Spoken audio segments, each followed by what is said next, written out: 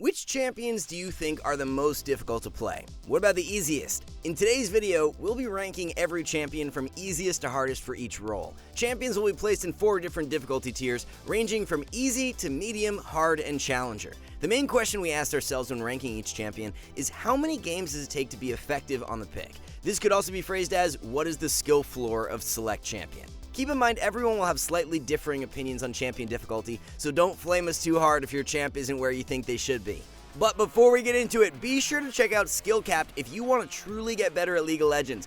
We're the only service that offers a money-back guarantee if you don't climb at least 5 divisions while actively using our service. We do this because our service really does work, and if it doesn't work for you, you shouldn't pay. Learn more at the end of this video or click the link in the description below. Kicking things off with the easy tier for top lane, you'll notice most champions have very linear and simple to pilot kits. It takes very little time to pick up these champions and begin seeing success. How many games does it actually take for you to play these champions at a good level? We'd argue it should only take around 10 to 20 games to be competitive in solo queue on these picks. If we were to single out one champion to recommend you play as a beginner top laner, it would be Garen. 0 skill shots, tanky, does great damage. Those 3 aspects are what make Garen so amazing as a solid pickup for newer players. The medium tier for top lane consists of champions who have slightly more intricate kits. Most of these champions require more mechanical skill to pilot or possess unique elements that take time to learn. Take Rumble for instance. When you factor in his unique passive and skill shot ultimate, it's going to take more time to get the ball rolling than someone like Garen. Illaoi is another perfect medium tier top laner as she's heavily reliant on landing her E, which is a skill shot, but once you can be consistent with that, the rest of her kit is pretty straightforward. The hard tier is comprised of carry top laners who require more consistent mechanical prowess. With many of the easy and medium tier champs, you can still be effective without putting many games in, but the same can't be said for the hard tier. Who would you rather have auto-filled as your top laner? A first-time Gnar or a first-time Malphite? Gnar has 2 different forms, needs to keep track of his rage bar and time it correctly for teamfights, and is completely useless when behind. All Malphite has to do is press one good R and he can single-handedly win the game. Matchups are also way more important to learn with these hard tier champs as you offer way less for your team if you end up getting stomped on in lane. In the challenger tier for top lane, we have Fiora, Irelia, Jace, and Kled. Extremely volatile champions that if piloted correctly can hard carry games like no other, but at the same time are the most useless champions when being first timed. All 4 picks require mechanical skill to pull off and are useful solely based on how much damage they can deal. Kled a little less so because he has his utility from ultimate. Learning matchups are key for these champs because they lack strong team fight to be useful from behind. Simply needing to learn each and every top lane matchup means you'll need to spend upwards of hundreds of games on these picks to start seeing consistent results. Let's head over to the jungle, starting off with the easy tier. You'll notice a trend with these picks in that they have simple to use, highly impactful tools. Diana Ultimate, for example, is a point-and-click ability, but it's so reliable and in combination with Flash offers consistent teamfight power. Skill shot reliance is also generally quite low with many of these picks, while the champions who do possess skill shots like a Mumu can be effective even if they don't land. Yi, Trundle, and Udyr lack any skill shots at all and solely rely on right-clicking to deal the majority of their damage. The average player can pick up any of these champs and make them work mechanically in just a few games. The medium tier for jungle has many champions who require a little more mechanical skill to pull off or are more feast or famine.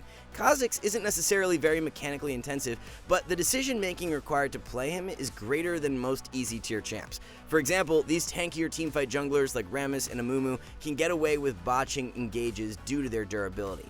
Ka, on the other hand, has to pick and choose his moments more carefully, keeping track of CC spells as diving in as a squishy assassin at the wrong time can lead to you being blown up right away. So even though a decent amount of these picks aren't too hard to pilot, a key difference between the easy tier is the general game knowledge required to play them. As we move into the hard tier for jungle, you're going to notice many hard carry picks who generally require more mechanical skill to play them.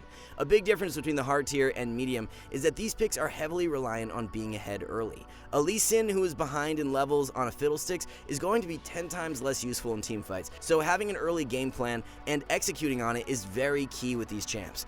Those 2 factors, being more difficult to play and snowball reliant, means the likelihood of winning in your first few games on the picks is quite low. In the challenger tier for jungle, it's Elise, Nidalee, and Talia. Elise and Nidalee possessing 2 different forms and also being very skill shot reliant lead to them being in the most difficult tier. Talia is also extremely reliant on landing her W on a consistent basis, which does take a lot of trial and error to get used to. None of these junglers have any crazy AoE damage or reliable engage tools, so you're way more reliant on winning the early game to be more useful than the enemy jungler. If games drag on past 25 minutes and the enemy jungler is playing Shyvana or Diana, it takes way more skill to be able to match their impact. Of course, these three junglers are super rewarding when played at a high level, but it's going to take a load of games in order to get there. Moving on to mid lane, easy tier has picks like Annie and Malzahar who are extremely forgiving and can be useful no matter the outcome of the laning phase. None of these champions require any crazy mechanical skill either, which is a big factor. You could be first timing Malz, die a few times in lane, but still be more useful than the enemy Yasuo simply by pressing R on him in teamfights. If you're new to mid lane, then picking up someone like Annie will do you wonders in being able to learn the fundamentals of the game way faster. Medium tier champions are either more mechanically intensive or are less forgiving than the easy tier. Fizz is a good example of the latter, as you don't need insane mechanics to play the champ, but he's also way less impactful than an Annie if you don't know your matchups and fall behind early. Your general game knowledge also needs to be higher to make many of these picks work. Someone like Twisted Fate isn't too difficult to pilot, but knowing when to ult and keeping track of side lanes takes more brainpower than most easy tier champs. Heavily skill shot reliant or very feast or famine is a common theme with many of the hard tier mid laners. Let's be real, your Yasuo is either coming out of lane with 5 kills or 5 deaths. There's no in between unless it's a mastered Yaz. Many of these picks are super volatile and extremely snowbally. This really rewards players for spending a ton of time on them and learning each and every matchup. Expecting to win right away though on someone like LeBlanc or Zed is going to leave you pretty disappointed. If you can't amass an early game advantage as LeBlanc and you're playing against an Annie, it's nearly impossible to be more useful as the game goes on. Rounding it out with the challenger tier for mid, we have Azir, Irelia, Jace, Lucian, and Xerath. Xerath being the most skill shot intensive mid laner is why he is as high as he is. The skill floor required to play these champs are way higher than the majority of mids. 4 of 5 are cannon minion level of useful when behind, as they offer nothing for their team besides damage. There's really no in between with these picks, as you're either going to be the most useful or least useful character in each game. Easy tier for ADC was very easy to put together, as we have just 3 champions, being Misfortune, Veigar, and Sivir. All 3 picks can be effective no matter the outcome of the laning phase, as their kits are always useful. The medium tier for ADC brings on a greater level of mechanical intensiveness and more reliance on kiting. With Lethality Sivir, you can just pop R, use Spell Shield to dodge a skill shot, and run away while chucking Qs. Same can't be said for someone like Twitch, as he lacks any utility, so he needs to choose his openings wisely. The hard tier for ADC consists of picks who have more unique kits, and besides Jhin, are much less forgiving. For example, a Lucian who falls behind early is going to provide much less than an Ashe, so it's way more important for the Lucian to know his matchups and execute accordingly. You'll also notice a big difference between the hard and medium tier is each champion's attack range. Lower attack range ADCs like Kai'Sa, Vayne, Lucian, and Draven are way more vulnerable, which gives you less margin for error. On the flip side, Twitch, Kog'Maw, and Tristana all have range enhancers built into their kits. The challenger tier for ADC has Aphelios, Ezreal, Kalista, and Yasuo. If there were 4 marksmen I wouldn't want to see being first times on my team, these would be them. Aphelios' skill floor is quite high, as you need to get used to all the different guns. Ezreal is the most skill shot reliant ADC, so if you can't land Qs, you might as well be AFK. Kalista's passive, along with her being so early game reliant, makes it so hard for the average player to see consistent results. As for Yasuo, he's way more difficult to execute in a duo lane unless you're on mic with your support, as coordinating engage plays is so vital. For support, the easy tier consists of just 5 champions, being Karma, Maokai, Pantheon, Soraka, and Sona. It takes very little time to learn these supports and bring them to a level where you can be a consistent force. Soraka having her point-and-click heal and ultimate is of use no matter how bad the player is playing her. Maokai with his point-and-click root from W has one of the best and easiest engage tools for any support. 5 to 10 games are really all it will take for you to be useful on these champions. The medium tier is a little more mechanical, but are still relatively easy champions to execute. Brand, for example, is a support with 2 skill shots, but in reality, you don't even need to land them come team fights. Simply pressing R on a grouped up enemy team is often more than enough to be useful. It's more so choosing how you prioritize your abilities that differentiates the medium from the easy tier. An enchanter like Soraka presses R and heals her entire team. Same with Karma, uses mantra E and shields her entire team. Lulu, on the other hand, has to choose which teammate to ult, whether to use E and W on her teammates or the enemy, so there's more decisions required that takes more experience to get full value.